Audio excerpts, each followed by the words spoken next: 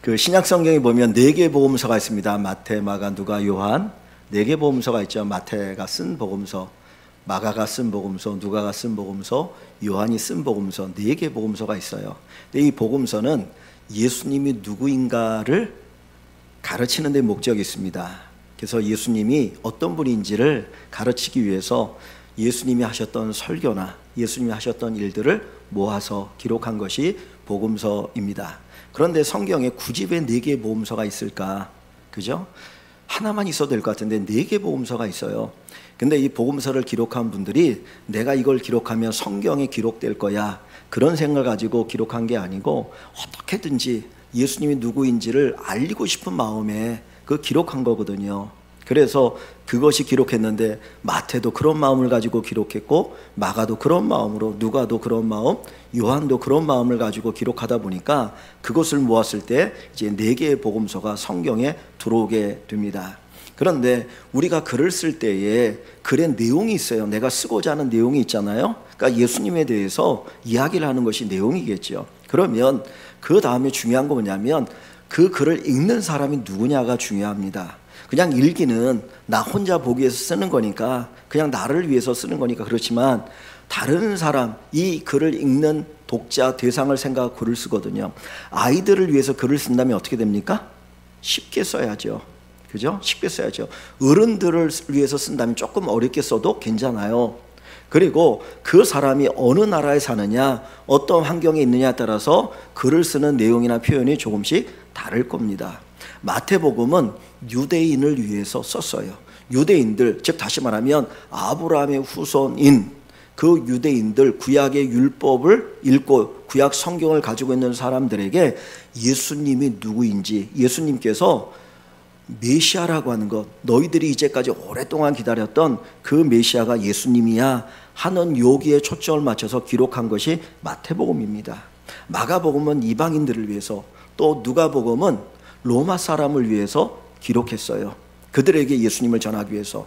요한복음은 헬라 사람들, 철학을 많이 하는 사람들을 위해서 기록한 것이 요한복음입니다. 그러니까 우리가 복음서를 보면 처음에 그 복음서를 읽는 사람들은 다 다른 사람들이었다는 거예요. 그런데 하나님께서 그 4개의 성경을 요 신약 성경에 딱 넣어서 우리에게 읽게 하시는 거거든요. 그러니까 마태복음을 이해하려고 하면 이 마태복음을 읽는 사람이 유대인이다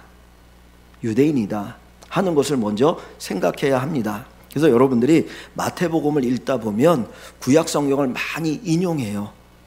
구약 성경을 많이 인용하거든요. 왜 그러냐면 유대인들은 구약 성경을 잘 압니까? 모릅니까?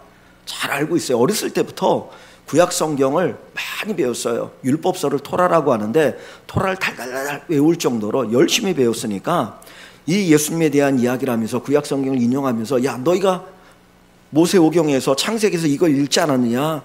바로 이 내용이 바로 이것을 의미하는 거야. 예수님에 대한 이야기야. 딱 그렇게 전해주면 그들이 쉽게 이해할 수 있지 않겠습니까? 그래서 구약 성경을 많이 인용해요. 또 두 번째는 이 유대인들은 모세오경, 창세기, 출애굽기, 레위기, 민수기, 신명기, 이 5개의 성경을 모세가 기록한 오경, 5개의 성경이라고 얘기하는데 이 모세오경을 달달달 외울 정도입니다. 그리고 모세오경을 아주 중요하게 여겼어요. 어렸을 때부터 이 모세오경을 배우면서 모세가 얼마나 큰 선지자인지 그들은 알고 있었던 거예요. 그래서 예수님에 대해서 이 마태가 기록하고 소개할 때 유대인들에게 이 모세오경을 기억하면서 이 마태복음도 5개의 설교로 나눠서 기록했어요. 그래서 마태복음에 보면 중간중간에 설교가 기록되는데 그것이 5개가 있습니다. 마태복음 5장에서 7장까지 산상수훈의 설교가 첫 번째, 10장의 두 번째, 13장의 세 번째, 그리고 18장, 그리고 뒤에 가서 23장, 그래서 설교가 5개가 기록되어 있거든요. 그래서 설교 끝나고 나면 이 말씀을 마치시고 라고 하는 그런 후렴구를 넣어서 이 마태복음을 읽는 사람들이 마치 모세오경을 읽는 것처럼 익숙하게 이 마태복음을 읽도록 한 것이 이 마태복음의 구조입니다.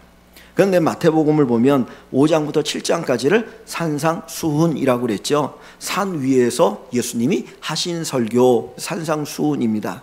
근데 여러분, 모세가 십계명을 어디에서 받았습니까? 모세가 십계명 어디서 받았죠? 율법을 어디서 받았어요? 신의 산에서 받았잖아요. 산에서 받았잖아요. 그죠? 하나님께 받았잖아요. 그래서 백성들에게 전하잖아요. 그것처럼 예수님도 산에서 말씀을 전하시는 거예요. 누가복음에는 평지라고 표현되어 있고 마태복음은 산 위에 오르사 입을 열어 말씀하셨다라고 얘기를 합니다. 그건 뭘 얘기합니까? 모세가 시내 산에서 하나님의 말씀을 받아서 백성들에 가르친 것처럼 예수님께서 산 위에서 하나님의 말씀을 가르치시는 것을 보여주는 거예요. 그래서 모세보다 뛰어난 자라는 것. 그래서 우리가 산상수훈을 읽다 보면 이런 말씀이 있어요. 야, 너희가 살인하지 말라 하는 말씀을 들었으나 나는 너희에게 이렇게 말한다. 그러면서 뭐라고 말합니까? 형제를 미워하는 것도 살인이다. 너희가 간음하지 말라 하는 말을 들었으나 나는 너희에게 말한다.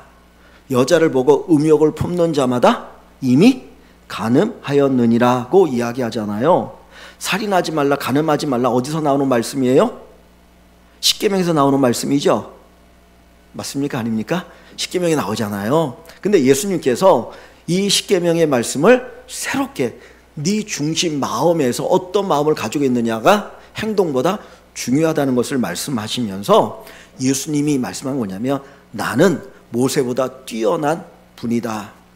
즉 다시 말하면 모세가 너희에게 예언했던 그 메시아가 바로 나다 하는 것을 가르쳐 주는 것이 산상수훈이에요. 그러면서 그 산상수훈을 통해서 예수님께서 그 말씀에 권위가 있음을 보여줍니다. 자, 성경을 좀 찾아볼게요.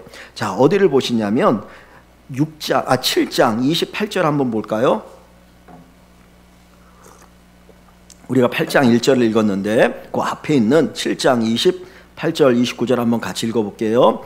예수께서 이 말씀을 마치심에 무리들이 그의 가르치심에 놀라니 이는 그 가르치시는 것이 권위 있는 자와 같고 그들의 서기관들과 같이 아니함 일러라 그랬어요. 예수님의 설교를 듣고 사람들이 막 놀래버린 거예요. 평생 처음 들어보는 설교니까 이런 설교를 어떻게 우리가 들을 수 있느냐 그랬는데 그 설교가 마치 권위 있는 자와 같고 그랬어요. 가르치는 것이 권위 있는 자와 같고 사람들 그들의 스승 그들의 선생과 같이 않다라고 이야기를 합니다. 그러니까 말씀에 뭐가 있어요? 권위가 있는 거예요. 그러니까 모세가 가르쳤던 그 율법과 비교할 수 없는 뛰어난 능력을 가지고 있는 말씀이 바로 예수님의 말씀이고 예수님의 말씀에 뭐가 있어요? 능력이 있다 하는 것을 가르쳐 주는 것입니다. 그리고 나서 8장과 9장에 보면 10가지의 예수님이 행하신 기적이 기록되어 있어요. 이 마태는 일부러 예수님이 행하신 기적 10가지를 모아서 8장과 9장에 기록해 놓았어요. 예수님이 가르치신 말씀이 권위가 있는 것처럼 예수님이 행하신 일도 권위가 있다. 그 권위에서 뭐가 나온다? 기적이 일어났다 하는 것을 보여주는데 굳이 왜 10가지의 기적만 기록했을까? 여러분, 모세가 애굽에서 이스라엘 백성들을 구원할 때에 애굽에 뭐를 내립니까? 재앙을 내리게 하잖아요. 근데 그 재앙이 몇 개예요? 10개예요. 그죠? 재앙이 몇 개? 10개. 첫 번째 재앙이 물이 피가 되는 재앙에서 시작해서 마지막 10번째가 장자가 죽는 재앙이지 않습니까? 10가지 재앙을 내렸어요. 그러니까 모세는 이스라엘 백성들을 구원하기 위해서 애굽에 10개의 재앙을 내렸어. 그런데 하나님이신 예수님은 이스라엘 백성들을 구원하기 위해서 10가지의 뭐를 행하셔요? 기적을 행하신다는 겁니다.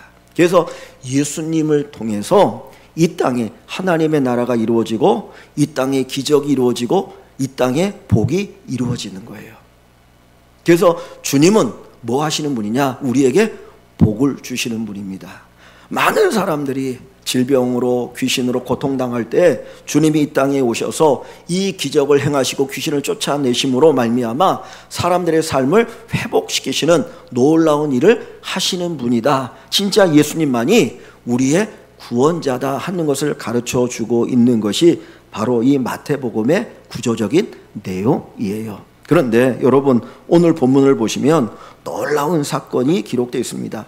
예수님께서 10가지의 기적을 행하셨다고 그랬잖아요. 그런데 그 기적의 첫 번째 기적의 대상자가 누구인가 한번 보세요. 다시 여기 보시면 8장 1절 2절을 봅니다. 8장 2절 한번 볼게요. 같이 읽어봅니다. 한 나병 환자가 나와 절하며 이르되 주여 원하시면 저를 깨끗하게 하실 수 있나 하거늘 예수께서 손을 내밀어 그에게 대시며 이르시되 내가 원하노니 깨끗함을 받으라 하시니 즉시 그의 나병이 깨끗하여 진지라. 자, 예수님의 기적을 첫 번째로 경험한 사람이 누구로 표현되어 있어요? 나병 환자. 여러분, 나병에 걸린 사람은 저주받은 사람이에요. 나병에 걸리면은 가족들과 함께 살 수도 없고 그 동네를 떠나서 외롭게 살아야 합니다. 나병을 천벌, 하나님이 저주하신 병이라고 생각했습니다. 그런데 예수님께서 누구에게 기적을 일으켜 주셔요? 그 나병 환자에게. 사람들은 예수님이 기적을 일으켜도, 하나님이 기적을 일으켜도 복 받을 만한 사람에게 복을 주신다라고 생각하고 있었어요. 그런데 예수님은 사람들로부터 버림받은 사람, 사람들로 외면당하고 사람들로부터 저주받고 사람들이 말하기를 이 사람은 하나님께 천벌받은 사람이야, 저 사람은 저주받은 사람이야 하는 그 나병 환자에게 하나님의 사랑, 하나님의 은혜, 하나님의 기적이 임하였다는 거예요. 예수님께서 제자들과 함께 길을 갈 때에 제자들이 맹인을 봤습니다. 그 당시에는 맹인이 많았어요. 왜냐하면 이스라엘 땅이 먼지가 많기 때문에 그 먼지가 눈에 들어가면서 이게 안질이 새고 병이 생기면서 맹인이 되는 경우가 많거든요. 근데 그때 제자들이 예수님에게 물었습니다. 예수님, 저 사람이 맹인이 된 것이 누구의 죄 때문입니까? 부모가 죄를 많이 지어서 맹인이 되었습니까? 아니면 그 사람의 죄 때문입니까? 이 말의 의미는 뭐예요? 병에 걸리면 뭐 때문에 병에 걸렸다고 생각하는 거예요? 죄가 있어서. 우리들도 그러잖아요. 누가 어려움 당하면 보통 뭐라고 생각합니까? 저 사람 혹시 죄 지은 거 아니야? 뭐 알지 못하는 죄가 있어서 그런 거 아니야? 하나님 벌 내리신 거 아니야? 이런 생각하잖아요. 그러니까 예수님 당시에도 사람들이 그 생각을 하고 있었던 거예요. 그러니까 병 걸린 사람은 죄인이고 저주받은 자라고 생각하고 있었어요. 그런데 병 가운데 가장 무서운 병, 천벌이라고 생각하는 나병 환자를 예수님이 첫 번째로 고쳤다라고 하는 것은 하나님이 그를 뭐 하신다는 거예요? 사랑하신다는 걸 보여줍니다. 여러분, 하나님은 사랑받을 만한 자격이 있다고 생각되는 사람만 사랑하지 않아요. 하나님은 모든 사람을 사랑하십니다. 나는 부족하고 나는 연약하고 가진 것도 없고 배운 것도 없고 여러모로 부족하지만 그럼에도 불구하고 하나님은 우리를 사랑하셔요.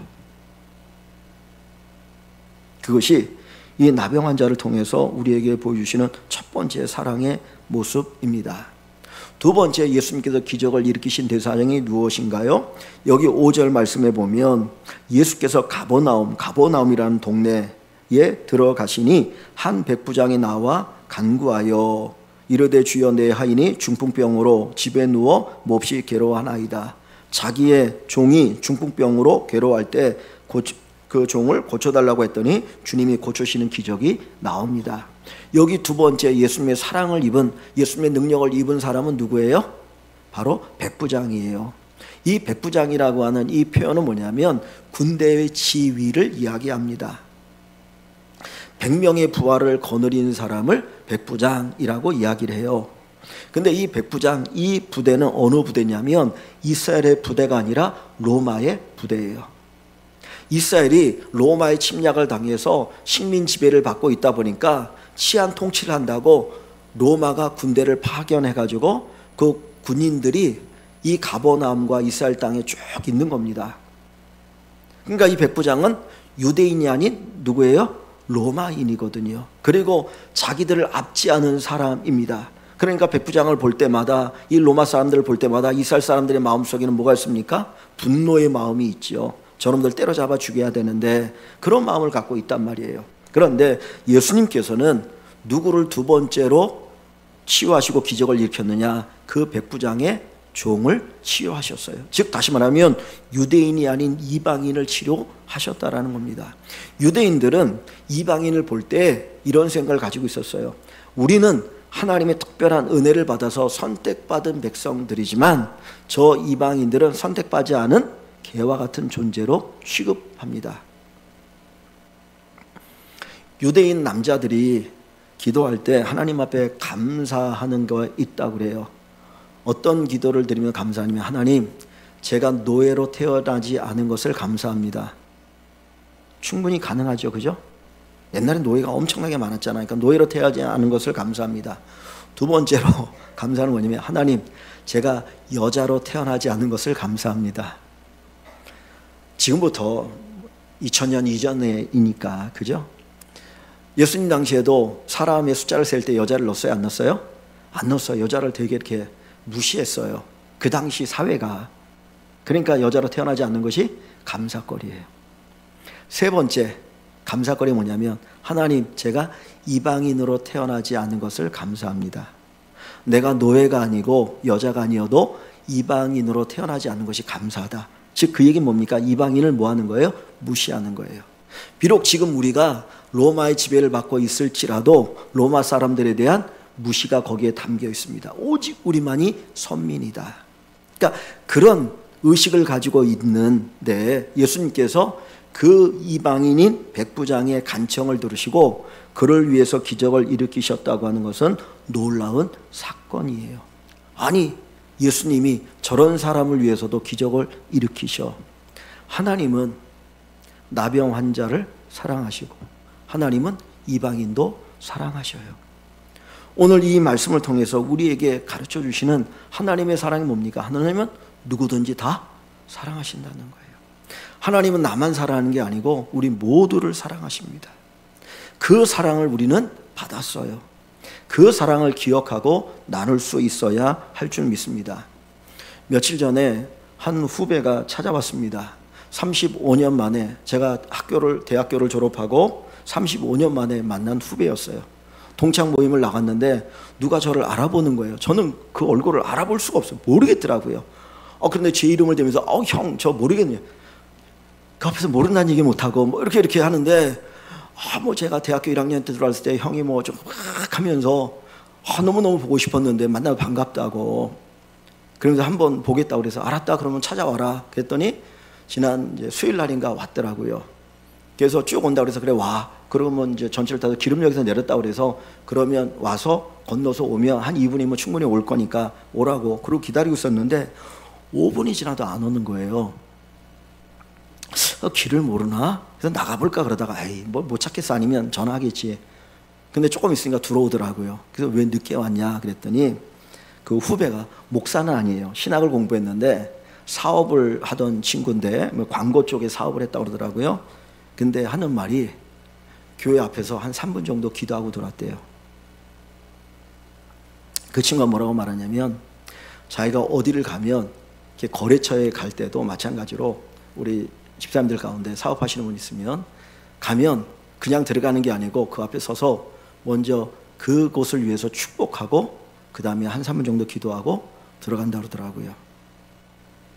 그러면서 뭐 이제 저런 얘기하고 그래서 그러냐고 이렇게 이제 얘기를 하고 했는데 자기 신앙적인 얘기를 쭉 이제 하더라고요. 이런 얘기 저런 얘기를 하면서 이렇게 신앙생활을 하고 있다 뭐 그러면서 하는데 제 가슴에 와닿았던 건 뭐냐면, 예수님이, 하나님이 인간이 이 땅에 오셔서 모든 사람들을 위해서 십자가 달려 죽으시고 저들을 구원하기 위해서 죽으셨는데 그 사랑을 생각하면 어떤 사람을 볼 때 그냥 그 사람 보면 눈물이 나더라는 거예요.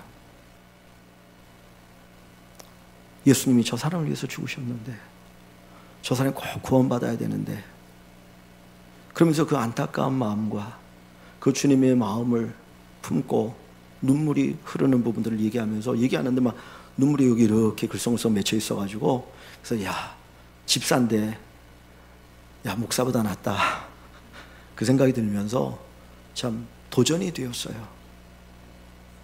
하나님은, 세상의 사람들은 그 사람이 얼마나 가졌느냐, 그 사람이 주의가 얼마나 있느냐, 얼마나 배웠느냐, 내가 저 사람을 사랑하면 나에게 얼마나 이익이 되겠느냐, 그거 생각합니다.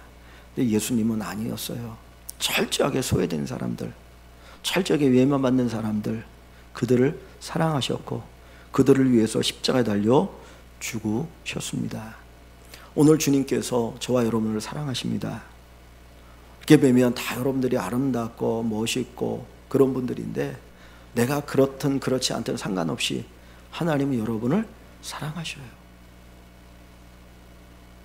그래서 주님이 나병 환자도 사랑하시고 이방인 백부장도 사랑하시는 것처럼 나도 사랑하신다라고 하는 것을 여러분의 한순간도 의심하지 마시고, 십자가가 하나님의 사랑의 확증인 것을 기억하시면서 그 사랑을 마음껏 누리며 사시는 여러분들 되시기를 주님의 이름으로 간절히 축원합니다. 예수님께서 이 백부장의 간청을 들으시고 그의 하인 중풍병자를 고치시려고 하십니다.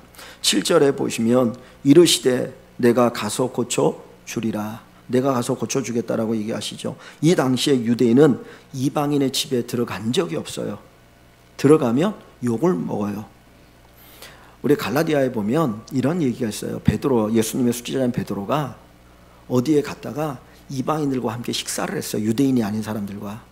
그런데 갑자기 생각지 않게 유대인들이 오니까 이 베드로가 놀라가지고 도망가 버려요. 왜냐하면 유대인과 이방인이 같이 밥을 먹으면 이게 엄청난 사건이거든요. 그냥 베드로 도망간 적이 있거든요. 그래서 바울이 이제 그거에 대해서 얘기를 하는데, 예수님께서 이 백부장의 집에 간다는 건 사람들에게 욕 먹을 것을 각오하고 가시는 거예요. 그만큼 백부장을 향한 배려이죠. 그랬더니 이 백부장이 뭐라고 말하느냐, 8절에 보면 백부장이 대답하이르되 주여 내 집에 들어오심을 나는 감당하지 못하겠사오니 다만 말씀하나옵소서. 그러면 내 하인이 낫게 싸움나이다 라고 이야기를 하거든요. 그때 주님께서 그 이야기를 들으시고 뭐라고 말하느냐, 자 10절을 한번 가봅니다. 10절에 보시면 예수께서 들으시고 놀랍게 여겨 따르는 자들에게 이르시되 내가 진실로 너희에게 이르노니 이스라엘 중 아무에게서도 이만한 믿음을 보지 못하였노라. 즉 뭔 얘기입니까? 이 백부장의 믿음을 칭찬하시는 거예요. 그죠? 내가 이스라엘 사람들 가운데 너만한 믿음 내가 본 적이 없어. 그 이야기는 이스라엘 사람들의 믿음보다 월등히 뛰어난 믿음을 가졌다는 거예요. 이 백부장은 이 이스라엘 땅에 오기 전에 하나님을 몰랐던 사람이에요. 율법에 대해서 들어본 적이 없어요. 예수님에 대해서 들어본 적이 없어요. 배운 거 아무것도 없어요. 그런데 이 이스라엘 땅에 와서 얼마 있으면서 예수님에 대한 이야기를 들었고 구약 성경을 배웠고, 그러면서 예수님이 누구인지를 알고 그 예수님에 대한 믿음을 고백할 때에 예수님께서 말씀하시기를 이스라엘 사람보다 더 뛰어난 믿음을 네가 가지고 있다라고 이야기하십니다. 오늘 사랑하는 성도 여러분, 여러분들이 이 믿음에 칭찬받기를 소원합니다. 우리 일광교회 성도 여러분들이 정말 주님께 이런 칭찬 받으면 좋겠어요. 야, 진짜 네 믿음이 뛰어나구나. 이 땅에 예수 믿는 사람들이 많은데 너의 믿음이 가장 뛰어나다. 내가 이런 믿음을 본 적이 없다라고 말씀하시는 그런 은혜가 여러분들이 꼭 있으시고, 그 믿음을 통해서 하나님의 큰 은혜가 축복이 넘치기를 간절히 축원합니다. 근데 여러분, 그 밑에 11절과 12절에 보면 더불어서 주님이 하시는 말씀이 있어요. 11절과 12절 한번 같이 읽어보겠습니다. 11절 12절 또 너희에게 이르노니 동서로부터 많은 사람이 이르러 아브라함과 이삭과 야곱과 함께 천국에 앉으려니와 그 나라의 본 자손들은 바깥 어두운 데 쫓겨나 거기에서 울며 이를 갈게 되리라. 자, 10절에서 이 백부장의 믿음을 칭찬하신 예수님이 덧붙여서 말씀을 하시는데, 자, 뭐라고 말씀하시는 건가요? 동서로부터 많은 사람이 이르러, 동서로부터 많은 사람이 올 것이다. 동서로부터 많은 사람이 온다. 이 동서로부터 많은 사람은 뭐를 가리키는 걸까요? 이방인들을 가리키는 거예요. 유대인이 아닌 이방인들을. 그죠? 유대인들은 그 가나안 땅에만 살고 있잖아요. 그 외에 이제 이방인들이 많이 있으니까 수많은 이방 사람들이 몰려올 건데, 자, 어디로 들어온다는 겁니까? 아브라함과 이삭과 야곱과 함께 어디에? 천국에 있으려니와. 너희들이 무시하는 그 이방인들이 어디에 들어간다고요? 천국에 들어간다는 거예요. 너희들만 갈 거라고 생각했던 그 천국에 이방인들, 수많은 이방인들이 천국에 들어가게 될 거야. 자, 그 다음에 13절을 봅니다. 12절. 그 나라의 본 자손들은, 자, 그 나라의 본 자손들은 누구를 가리키는 거겠습니까? 유대인들, 그죠? 이스라엘 사람들, 그들은 당연히 천국에 들어가는 백성들이라고 생각한 거예요. 그래서 그 나라의 본 자손이라는 표현을 썼어요. 그런데 그 사람들은 어떻게 된다고요? 바깥 어두운데 쫓겨나. 천국에서 어떻게 해요? 쫓겨나 바깥 어두운 데 있으면서 울며 이를 갈게 되리라. 즉 다시 말하면 천국이 있지 않고 어디에 간다는 겁니까? 지옥에 간다는 거예요. 우리가 천국에 가면 놀라는 게 한 가지 있답니다. 천국이 있을 거라고 생각했던 사람이 없고 천국에 없을 거라고 생각했던 사람이 있다는 거예요. 사실 이 이야기가 우스운 이야기도 하지만 항상 우리를 점검해 보라는 겁니다. 이방인들은 천국에 없을 거라고 생각했어요. 근데 주님은 이방인들이 천국에 있고 당연히 천국에 있을 유대인들은 천국에 없고 쫓겨난다라는 표현을 쓰고 있습니다. 여러분, 우리의 믿음은 어떻습니까? 저와 여러분들이 우리의 믿음을 한번 스스로 생각해 보면 좋겠어요. 왜 예수님께서 이 말씀을 하실까요? 이 11절과 12절의 말씀을 굳이 하시는 이유가 뭐예요? 자, 여러분, 아까 마태복음은 누구에게 기록한 예수님의 이야기라고요? 유대인들에게, 그죠? 요 똑같은 요 사건이 누가복음 7장에도 기록되어 있어요. 그런데 누가복음 7장에는 11절과 12절의 이야기가 없어요. 누가복음은 아까 누구에게 예수님을 전하기 위해서 쓴 복음서라고 했습니까? 로마 사람들, 유대인이 아닌 로마 사람들. 그러니까 로마 사람들이 굳이 11절과 12절의 이야기가 필요가 없는 거예요. 11절과 12절을 예수님께서 말씀하셨다라고 이 마태가 여기 기록한 건 뭡니까? 이 마태복음을 읽고 있는 이 유대인들에게 지금 너희의 믿음을 한번 점검해 보라는 거예요. 진짜 주님이 인정하는 믿음인지 아닌지 한번 스스로 점검해 봐라. 오늘 우리의 믿음을 스스로 한번 점검해 보면 좋겠습니다.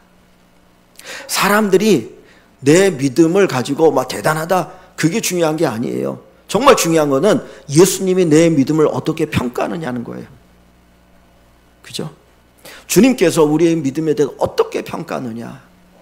지금 이 나병 환자나 이 백부장이 주님의 이 엄청난 사랑과 기적을 경험할 수 있었던 것은 바로 그들의 믿음으로 인한 거예요.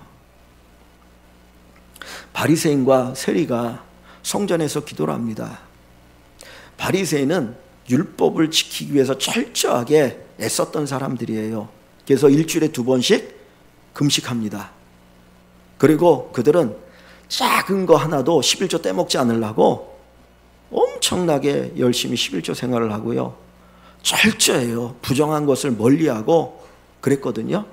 그 바리새인이 성전 요 앞에 와서 하나님 앞에 기도합니다. 하나님, 제가 일주일에 2번씩 금식하고 11조 꼬박꼬박 드리고 이렇게 믿음 생활 잘하게 하시니 감사합니다.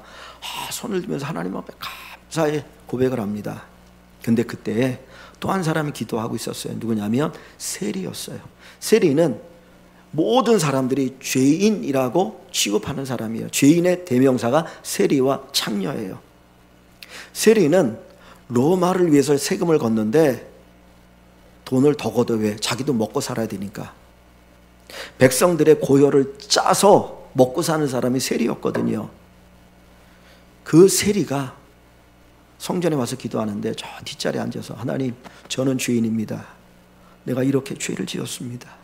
나는 감히 하나님 앞에 나갈 수 없어서 이 뒷자리에서 하나님의 긍휼을 기다립니다.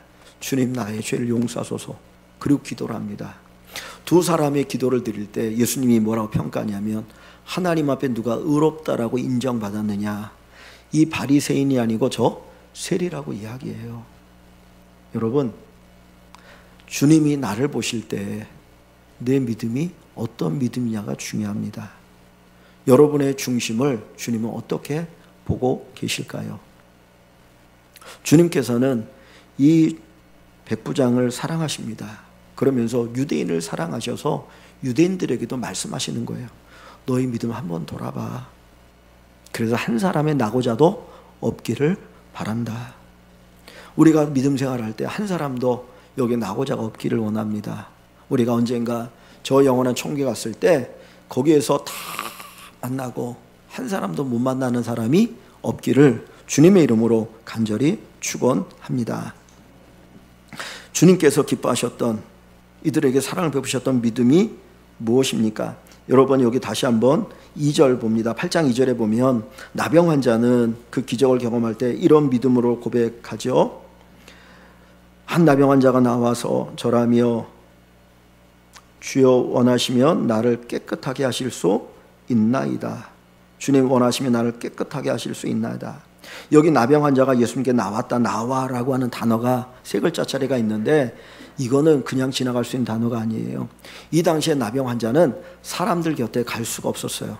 사람들 곁에 가면 돌에 맞아 죽어요.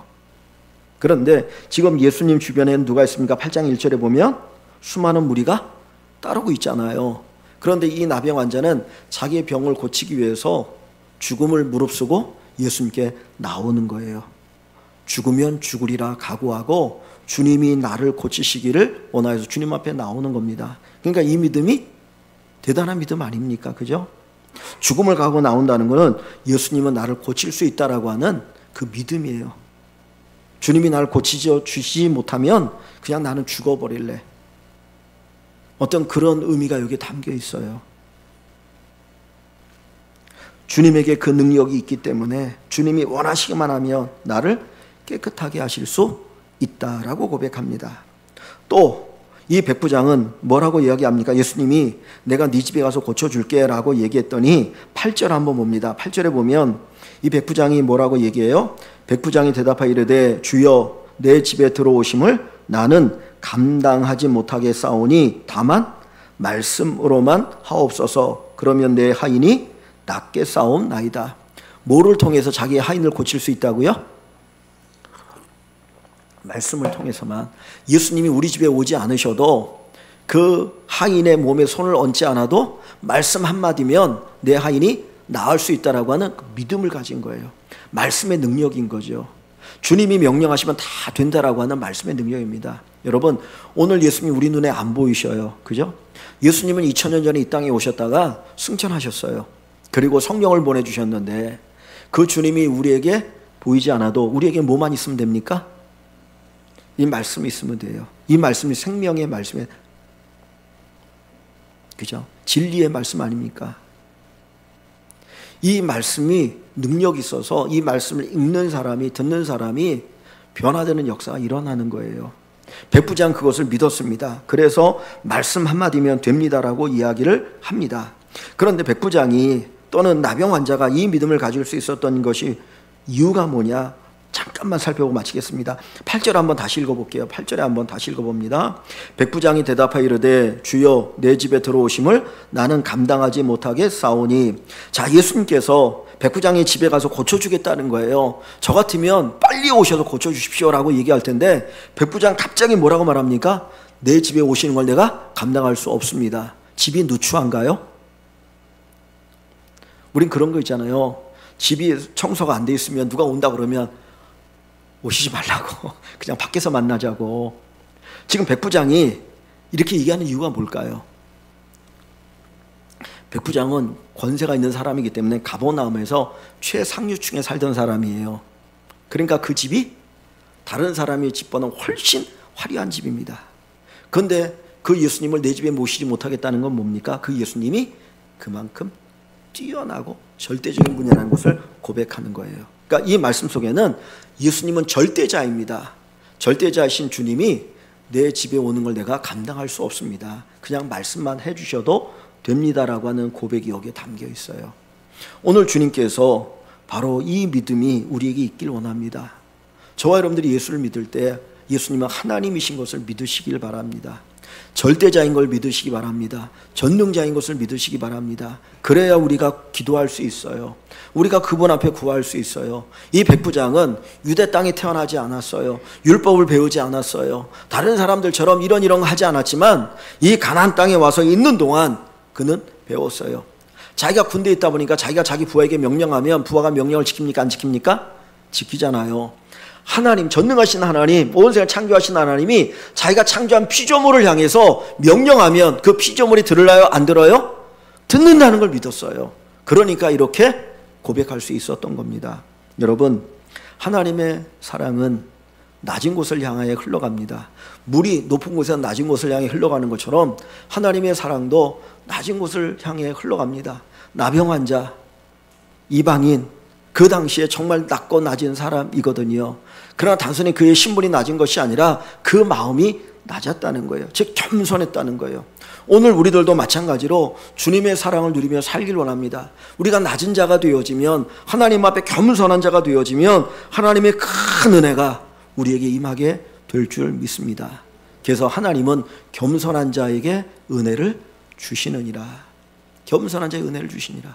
하나님 앞에 기도하기를, 주님, 제 마음이 낮은 마음이 되어서 이 나병한 자보다 더 간절한 마음으로 주님을 사모하는 자가 되어서 이 백부장보다 더 간절한 마음으로 주님의 능력을 믿고 사모하는 자가 되어서 하나님의 은혜, 하나님의 사랑을 누리며 살게 하옵소서. 이 기도가 우리의 기도 되시기를 주님의 이름으로 간절히 축원합니다.